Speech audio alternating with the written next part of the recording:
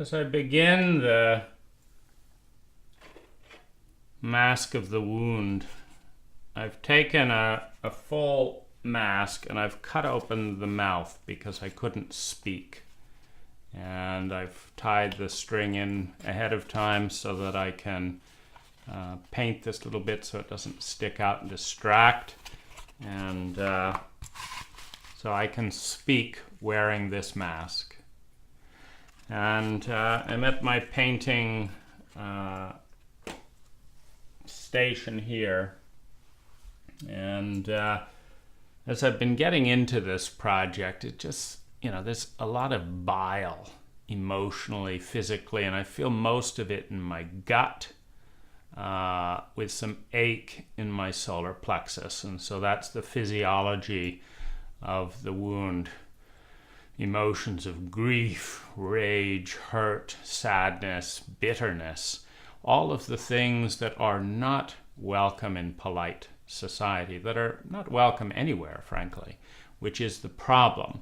Because when you have a culture that creates bitterness but doesn't welcome the expression of it, when you have a culture that creates loneliness but does not welcome the expression of loneliness, when you have a culture that produces waste by inducing certain emotional states in its citizens, and then telling the people in which those states have been induced that those states are not welcome anywhere, you create the illusion of waste, and you create a culture of denial. So this is the wound, that we as individuals are asked to carry this wound. So it's pretty heavy and thick in here in my body, and so one of the things that's necessary is moving quickly. It's like it's just too painful to be patient with these states. Now I've got some blue, but it looks too pretty, and so we need to go into the dark. Mingled with some silver, we're going into the black area, and I'm just, I'm too impatient with this level of pain to want to bother with brushes. It's just painful. And moving the body is we want to break out of the cultural gridlock of banishing the embodiment. I mean, we've got 10,000 tribes in cultures in estimated anthropological human history, most of whom danced, put on masks, went through the place of honoring every human state and every emotion. And when we look at our bandwidth here in America compared to, more than 9,000 of the estimated 10,000 languages and tribes in recorded history, we've got nothing. We're not advanced. We went from full emotional range where we could, express joy and celebration, where we could love and, embody, where we could dance for 2 or 3 days, talk about fat loss, where we could be human beings expressing our human emotions, where people could have funerals for human beings and grieve for 3 days and 3 nights and come out spent. And what we have is a gridlock that pushes us down and down into such a mediocrity of emotion that rather than be done with a grief in 3 days, we're not done with it in 10 years. We're still drinking or eating, etc., to stuff emotions down that more intelligent cultures got out in a matter of days. So I'm moving into the main here of this blue. I just...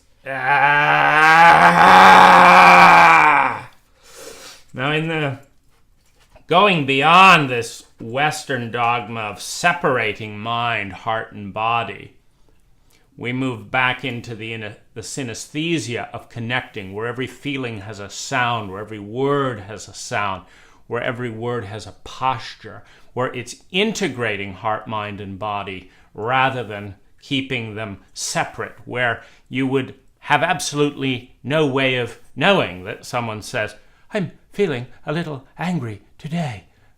I mean, what is that? That's Western culture. But it's also ignorance and stupidity. There's no biological connection. You cannot release emotion with this kind of prissy ignorance. It's absurd. It's absolutely absurd. And we've been pushed into these tiny little boxes with less and less range to feel, to move, to be, to exist in our own world. And that's what we're trying to break down. That's part of the grief of all these feelings stuck in here since birth. Ah! Ah!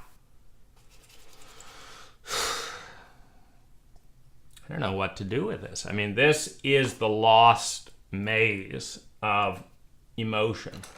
There's zero guidance from kindergarten to high school about how to feel and deal with a single emotion. Plenty of guidance on how to not feel and how to shut up and be silent. There's almost nothing leading us to move forward, to honor how we feel with this scientific instrument called a human heart, which has a feeling about absolutely every thought and every sensation in our world, most of which we have zero space to do anything about. So I'm feeling the cloudiness in my throat, feeling the anger, feeling the grief right beneath that anger, the sadness. I was talking to my brother earlier around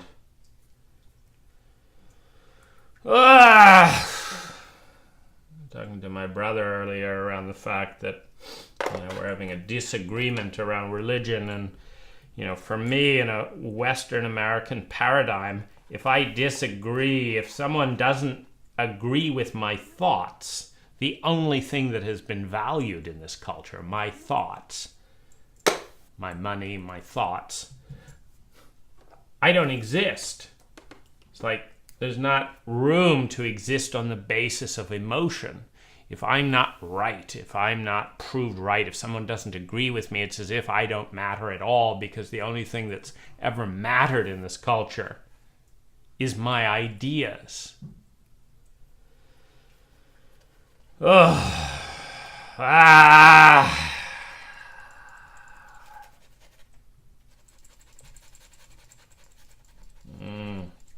I don't like this brush.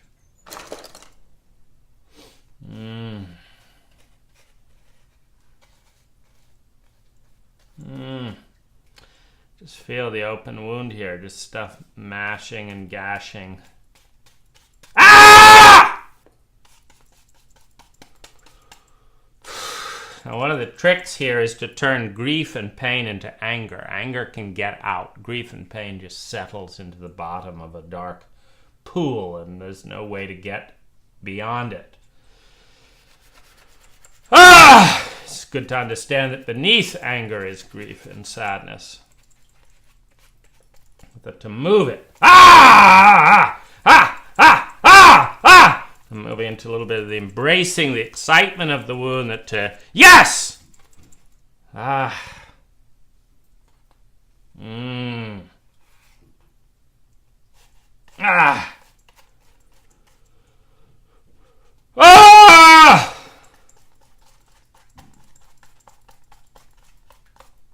Sometimes it feels a little unnatural to make sounds because we've been told to be quiet our entire life. There's not a single time for most of us when we've been encouraged to get it out, to make noise. I mean, that's a little bit one-directional. Just whatever you're doing, do it a little quieter. I'm enjoying the accurate rendition of this mask. The chance to get a little messy, to wear pants that it doesn't matter if they get dirty, where it's not about staying clean.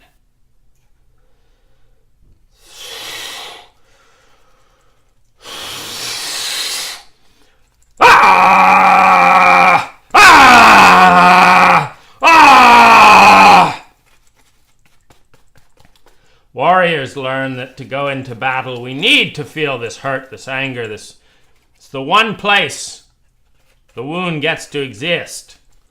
Yet it's often the one place where the wound gets reenacted. Oh, it's not a perfect mask. It's not a pretty mask.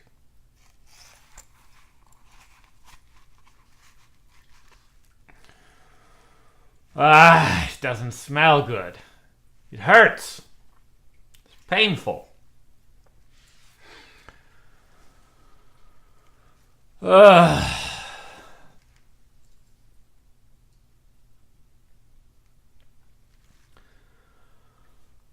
just feel the tears. I feel the tears, and as I bring imagination, there's just a river of tears flowing from these masks. Blue tears, pure tears that reflect the grief, the ugliness that has been carried inside this vessel for so long. These tears need to flow over me, need to flow through me. The blue waters need to come out, and this gets into another area. The crushed, crumpled imagination needs to be unfurled as an expression of psychic terrain. It's not just imagination. It is the precise images that emerge to reflect a precise state of being that allow us to facilitate through language and words something that might otherwise need to be played out in action. The pure grief, the beautiful grief of an unsung heart, of an unsung mind.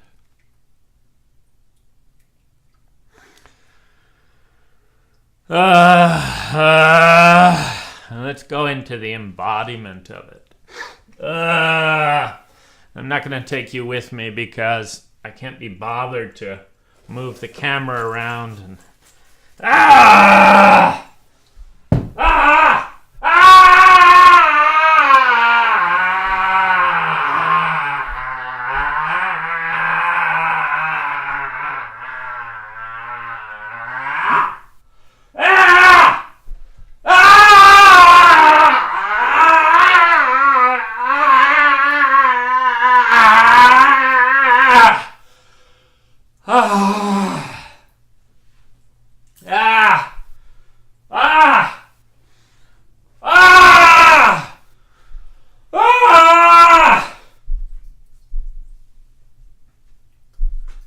get all these darts of judgments, and to understand that neurology, that brain chemistry is catching up with the fact that every sound changes something in the brain, that every emotion changes the chemicals in our biology, that every movement changes our biology.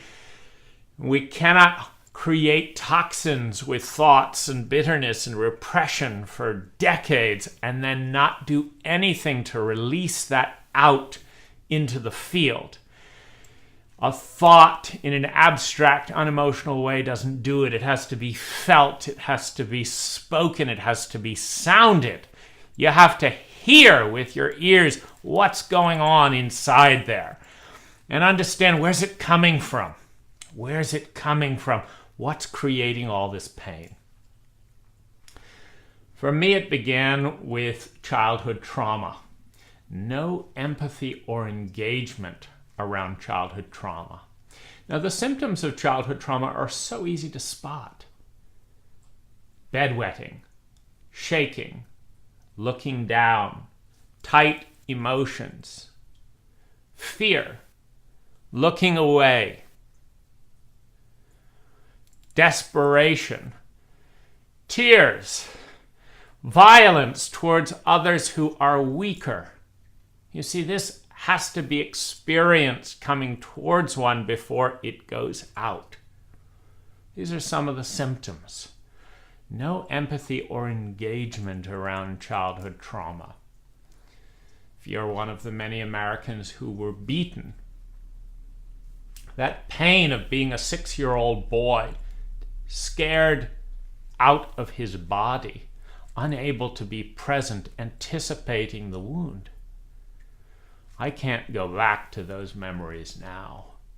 They hurt too much to feel, but they're in my body. And no one's beside that 6-year-old. When you have a life-threatening trauma at home, you enter a reptilian state.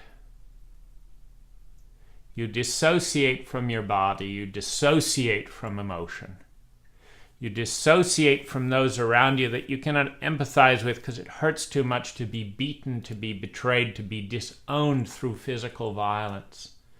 Physical violence, when you have it in this unregulated state, a giant of a man, a giant of a woman, next to this, relatively speaking,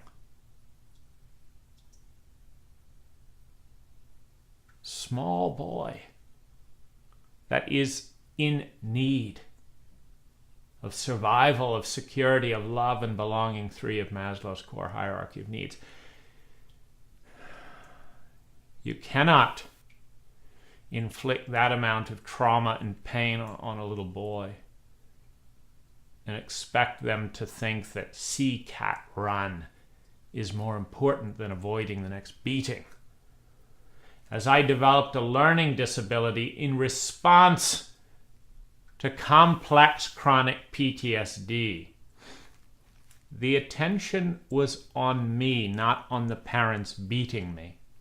The attention was on me. This is the shame that goes towards the child. It was on me, not on the teachers ignoring the abuse, adding to the abuse. To take a boy in trauma and PTSD and stick him in a classroom with strangers who you cannot trust when you cannot trust your own parents, and expect them to concentrate on A is for apple rather than B is for beating, and how the fuck am I going to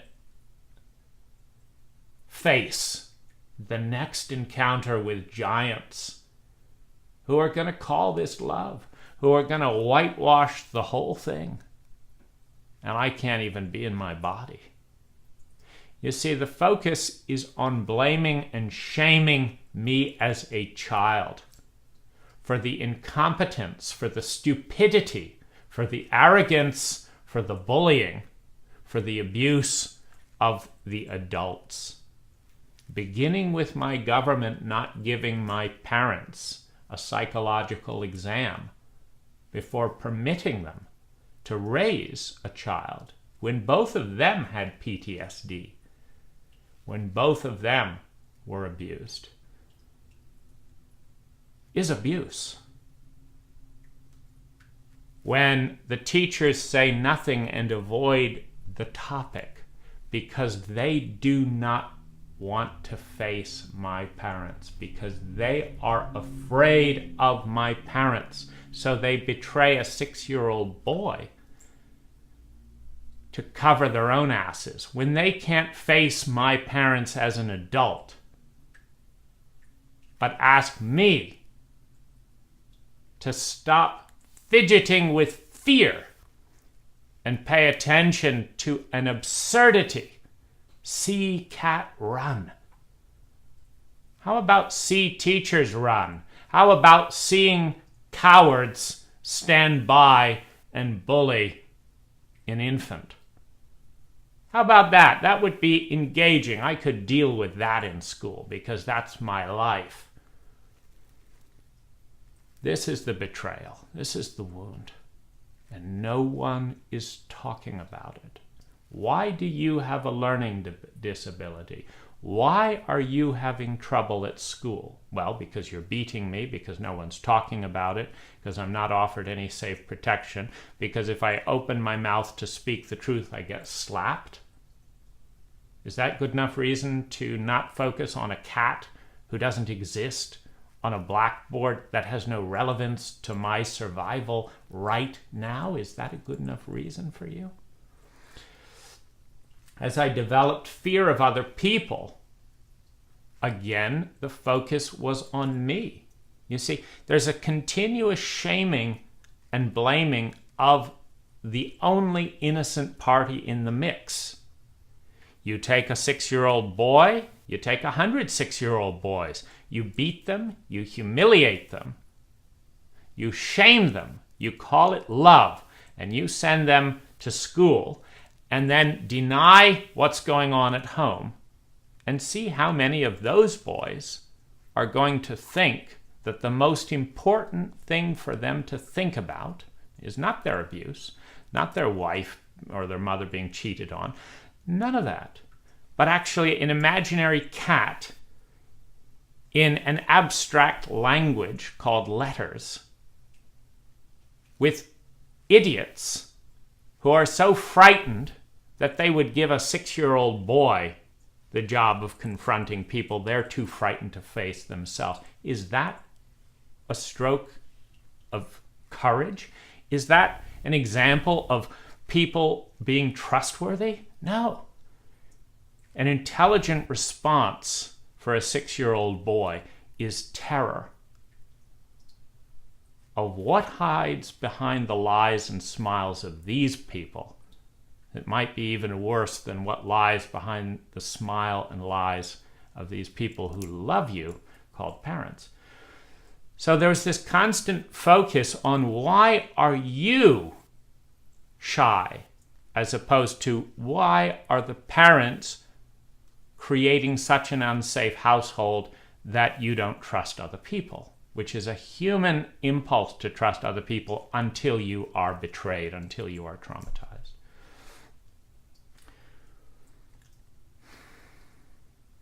The message that strangeness is not welcome, the message that you are strange because you're behaving differently,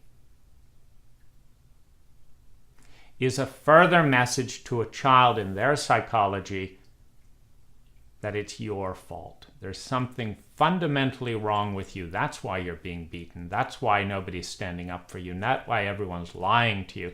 That's why no one's helping you.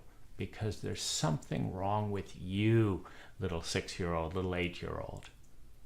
There's something wrong with you. And this creates rage. This creates panic. This creates dissociation, all of which lead to less socially acceptable behavior, which in the cowardice of our culture is again blamed on the boy.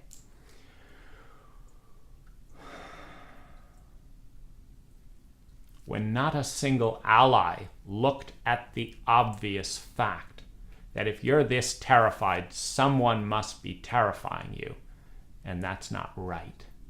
And I'm going to do something about it. Screw the culture that says we don't interfere with the abuse of other parents and their children. Screw the culture that says that boys don't have feelings. What a joke. Screw the culture that says that you need a driver's license to drive a car safely, but that you can parent an innocent infant regardless of your psychological state. Screw the ignorance. Let's have a stand for some sanity, for some dignity, for some humanity.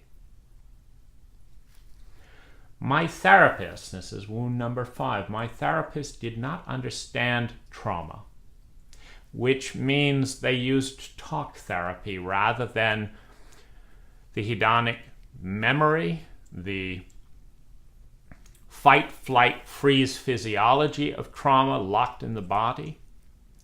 When you speak about certain traumas without emotion, without acting on them, you see, I did $150,000 of talk therapy and got worse. When therapists do not own their incompetency, when therapists lie, when therapists suggest that you're not doing it right, as opposed to they're not leading you into the science of doing this well, it is a further shame that even with $150,000, you're not doing it right. And you're so worthless that you have to spend the money and you have to take the time to go and fail. Because your parents are not going to spend money for your therapy. Your government is not going to spend money for your therapy. Your therapists are not going to show up just because you're worthy of showing up for. No, they're going to show up to be paid and be paid and be paid. And they're not going to own that it's not working. They're not going to own that this is their incompetence and they are participating in an abusive culture that asks the survivor of enormous shame and trauma to be shamed and taxed again. And then the next wound on this is the IRS audit that says you're spending $25,000 on therapy. Yes, I am. I run a successful business that has made hundreds of thousands of dollars in taxes for this government, which was not there to stop the abuse, which was not there to repair the abuse. And so I've made additional money every year to pay for my own incompetent healing. And you want to tax me on that. It's not ordinary or necessary in the ignorance and the sociopathic stupidity of an uninformed government to realize that people who have been traumatized need support and that they ought to be providing that support at a childhood age. They're not. The burden falls to the victim of abuse to repair the incompetence of the culture. And we're going to tax you on the repairs. It is insane. It is dehumanizing. It is cruel ignorance and stupidity. And when one realizes that your government could give a damn about your feelings, about your needs, about your health and well-being, that it is only interested in maintaining its own power structure, however absurd. You can sit the IRS down and bring in a psychologist. Do you want to learn anything? No. We don't want to learn anything. We just want to do what is harmful to our country, but happens to be written into law. That's what we want to do. And we're not interested in your feelings about it. And don't look at us. We're just doing our job, hurting you. Women online did not honor my needs and pretended I did not exist over and over and over again. I can't tell you how many women I've heard talking about there's no good man, meaning I don't exist. Saying men don't talk about their feelings. I do. Well, I don't want to hear about you. Men don't talk about their feelings. You may talk about your feelings, but you're not a real man, right? You have feelings. You know, it's this catch-22. I want a sociopathic badass who date rapes and who gets me excited with adrenaline and, you know, tall, dark, and handsome and is rich. I want him to talk about his feelings. I don't want you as a human being to talk about your feelings. You're not very cool. So cool people don't talk about their feelings. I want a cool man who talks about his feelings. You're not cool, so there aren't any good men out there. It's this catch-22 that is not logical. Now, this is, of course, not the fault of little girls for growing up in a sociopathic culture of this nature, in which they are blamed over and over again for all kinds of mixed messages, in which they don't get any therapy from their government or any healthy emotional literacy. So people are pitted against themselves that could easily be allies through ignorance and fear that is systematically sustained by a high school system that teaches one thing about emotions. If you have them, you're uncool, and you will be bullied, and you will be humiliated.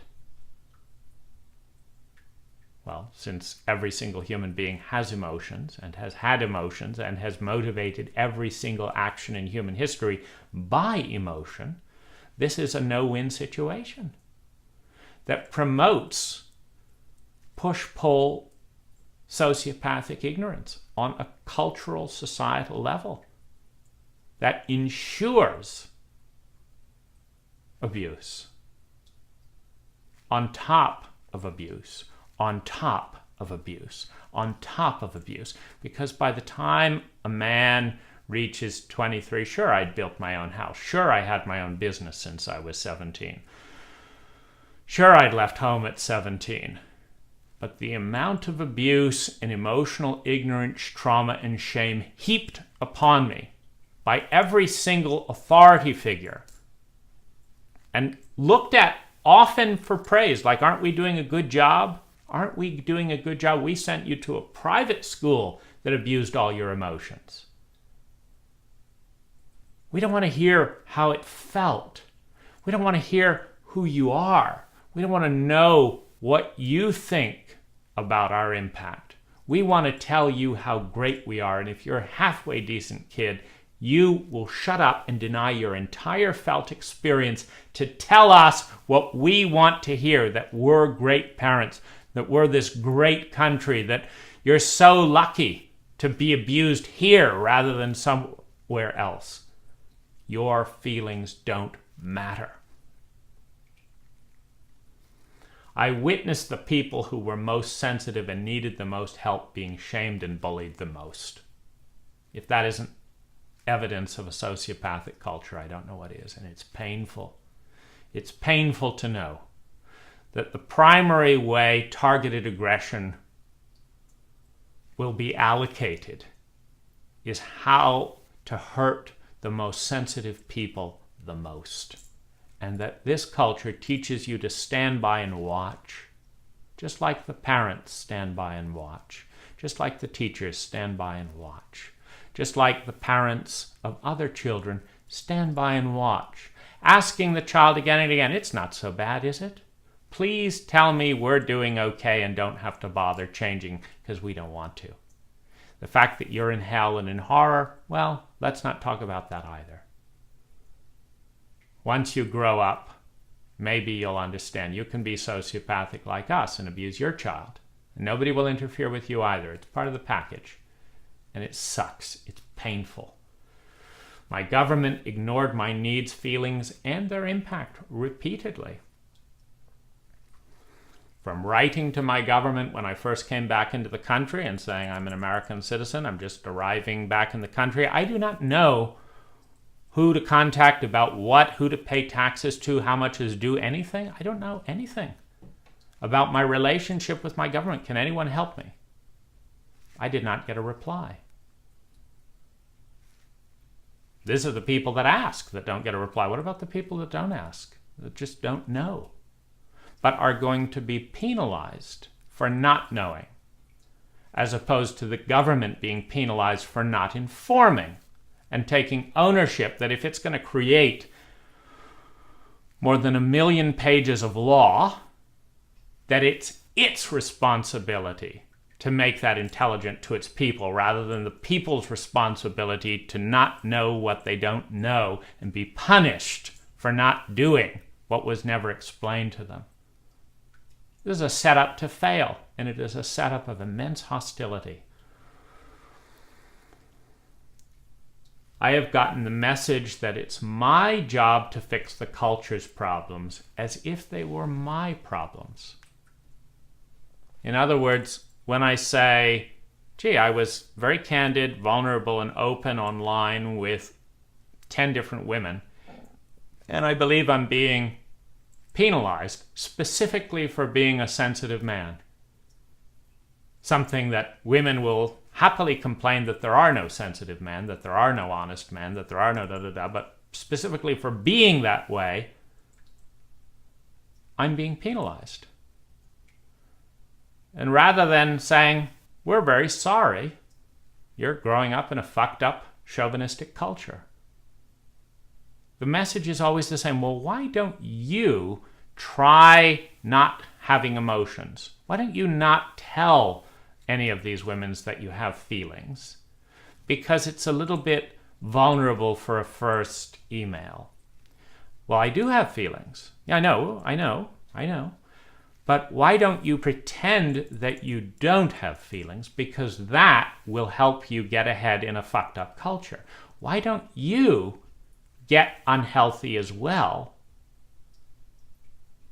Because we're not going to help you find healthy women or healthy this or that or the other. I mean, give me a break. Are you naive that you would actually think there would be healthy people in your own country? You solve the problem. Well, I didn't do anything wrong here, and my girlfriend's pretending, that I cheated on her, this, that, and the other. Oh, yes, well, women have this time of month, and da, da, da, da. Why don't you just apologize and pretend that you're bad or something, and then she'll get over it, and don't fight her? And it's like, yeah, but that's not true. No. So it's a constant thing. So your government is sociopathic. Yes. But why don't you just not tell them it's therapy? Why don't you call it something else? Call it entertainment, because you can write that off in taxes. In other words, why don't you distort and lie over and over and over again to fix the problems, to adapt to the problems that shouldn't be there to begin with? Because we don't want to do anything about it. The advice givers do not want to do anything about this, other than tell you how to adapt to a sick culture.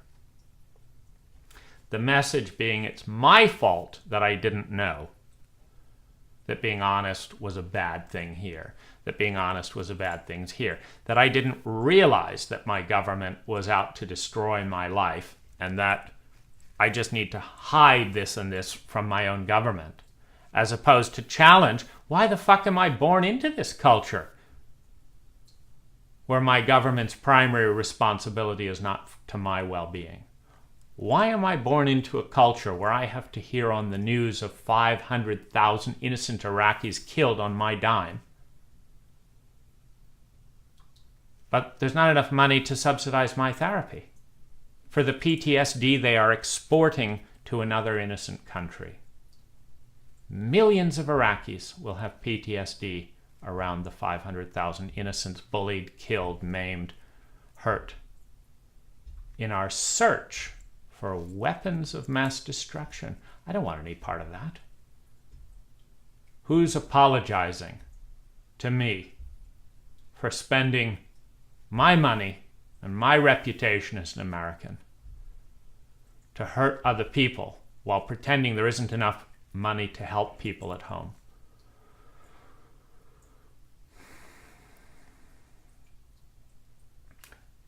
Number 10, no one wants to hear, see, or know the pain this creates.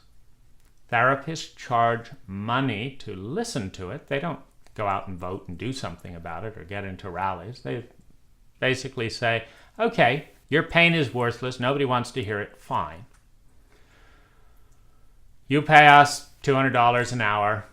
You can show up, and for 50 minutes we'll tolerate listening to your feelings, and then you can do it again next week. And that's how unwelcome your feelings are. You've got to pay a professional who wouldn't be there otherwise to sit and listen about things that do not change, because the anger and the hurt that 90% of the people are expressing in therapy ought to be expressed and given back to the culture itself that is causing the wounds in the first place. Why are government officials being protected from this anger and rage so that therapists can be paid to listen to it when they're not making the policies? And why are therapists taking on the job rather than saying, you don't need to pay me for this. These emotions are perfectly rational and healthy. Go out and tell your politicians what you think of them, crappy assholes. Let's get this out into action and integration. No. Don't tell anyone else about this. You'll get into trouble. Pay us another $200 and we'll talk about it next week.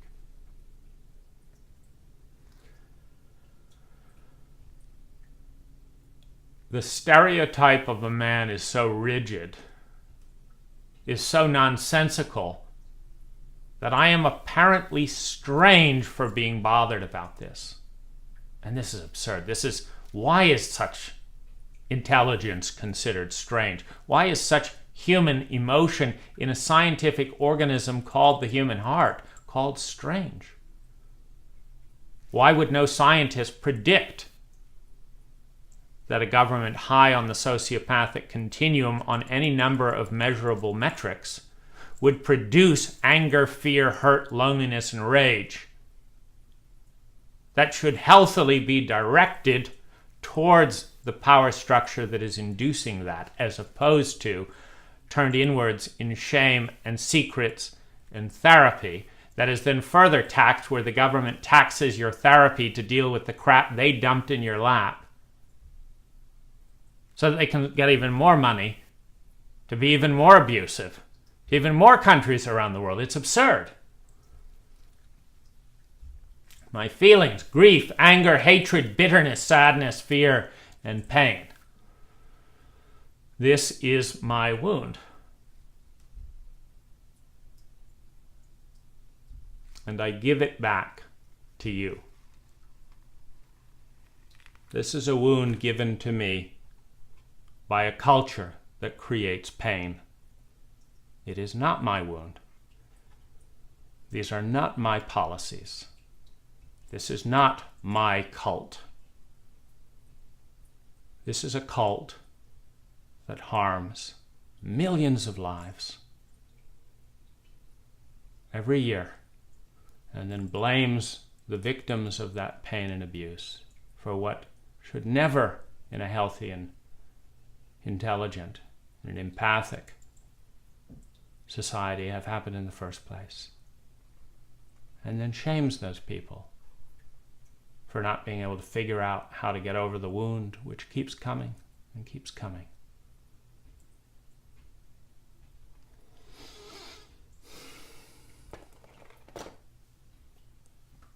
A world I want to live in.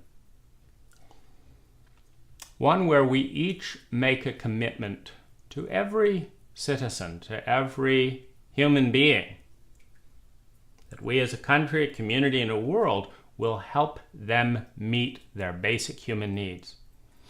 A world in which it is the paradigm, that it is our primary responsibility to see that every hungry person is fed. This is basic Maslow's hierarchy of needs. And the hierarchy, which has been shown over and over again, shows that first you need to help people survive. If you don't, you have criminal behavior, you have shame, you have abuse, you have trauma. That is much more expensive to fix than it is to prevent.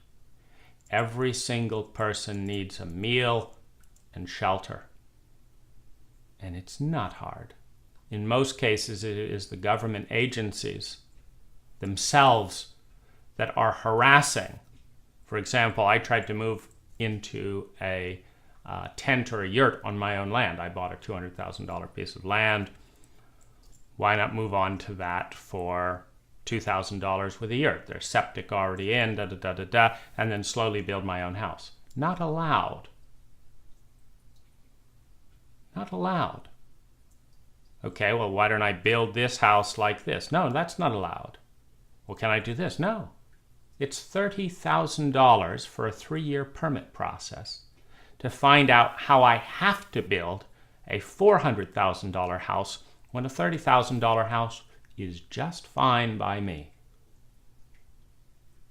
So if I didn't have the money to fund my land and my own home here, I would be on the street rather than being allowed to build something intelligent on my own land. We would rather have people pushing shopping carts around one of the wealthiest counties in the United States, Marin County,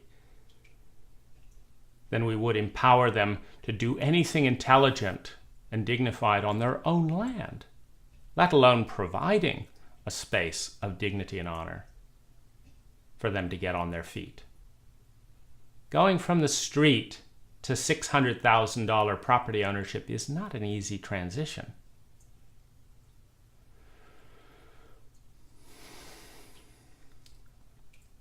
The basic needs for healthy organic food, for shelter,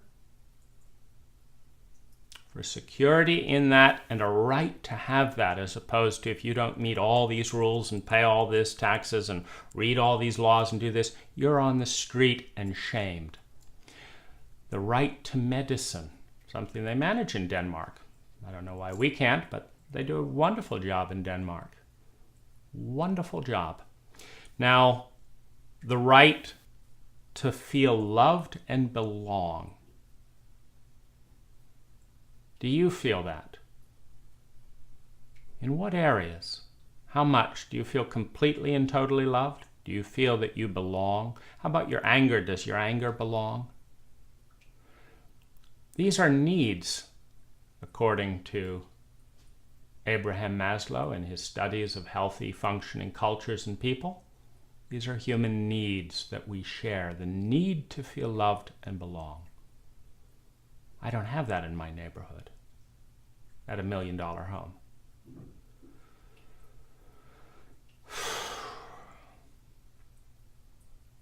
A world where every person is regularly asked how they are doing in terms of Maslow's hierarchy of needs, and where the country is assessed. How well are we doing as a country? Well, how many millions of Americans have no survival?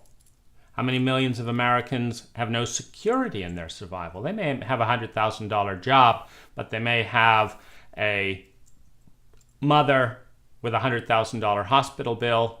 They may have a daughter that needs braces. They may have a son that's dealing with his grief with drinking and driving and has various legal bills. And they may wonder whether the family is going to fall apart as an entirety with a $100,000 job.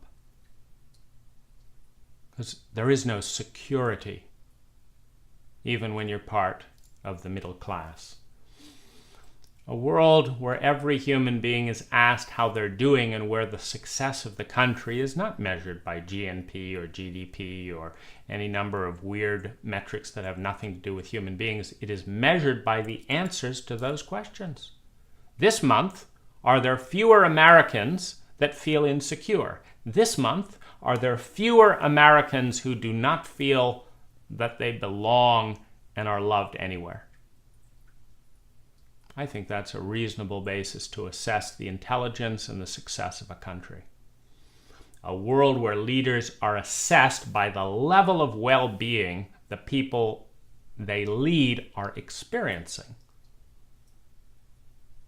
State by state, county by county, town by town, community by community, neighborhood by neighborhood, region by region, every leader is assessed by the trend of the people in their community and are empowered to do what it takes to see that their community is surviving, is thriving, is feeling love and belonging, has a sense of self-esteem, of vitality. This is the world I want to live in, who I want to be. I do not want to be a consumer, a vehicle for making and spending money efficiently for things in many cases I don't need. I want to be emotional, real, and relaxed as I listen and share deep thoughts and feelings with other human beings on a daily basis. I want to be empowered to have my talents used to create well-being. You realize that I live in a country that does not do a talent assessment on me or anyone else, so that my government does not know what my core talents are, my unique strengths, does not know what they are, let alone begin to think of a strategy of utilizing them to create well-being for this country. No interest whatsoever. I want to be known in my strengths and talents and to be used and measured based on the well-being I create by those strengths and talents. Someone who supports others and myself in climbing Maslow's hierarchy of needs. Or every month, I help myself and others to feel more survival, more secure, more love and belonging, more self-esteem, more self-actualized, more transcendent of my initial identity at birth into something and someone who is more. This is who I want to be, and I want a cult. Every culture is a cult. It's not rational. None of what I'm talking about is rational. It's not intelligent. It's not scientific. It's not rational. It is a cult. All cultures in some areas are cults. But I want to be part of a cult that facilitates the human being and others using app measurements, subjectively and objectively, where we keep track of the national statistics and we engage as a people to do something about it. Where it is absurd that people are buying Lexuses and granite countertops while people 100 feet away are not secure that their family will be given any medical care. Where billionaires, in many cases, do not feel that they fully belong and are loved anywhere for who they are. Oh, sure, they have power over money, but that's a very different experience than being loved and respected for who you are as a human being. In a culture that can't tell the difference between the power that money can buy and the empowerment of being able to be the human being that you want to be in service of other people being the human beings they want to be, is an emotionally illiterate and backward cult. This is my pain. I give it to you. I give it back to my cult. And I invite you to join me in speaking of the wound, in giving back the pain, in sharing the scientific readings of your heart, which measure the positive and negative state of the environment around us all.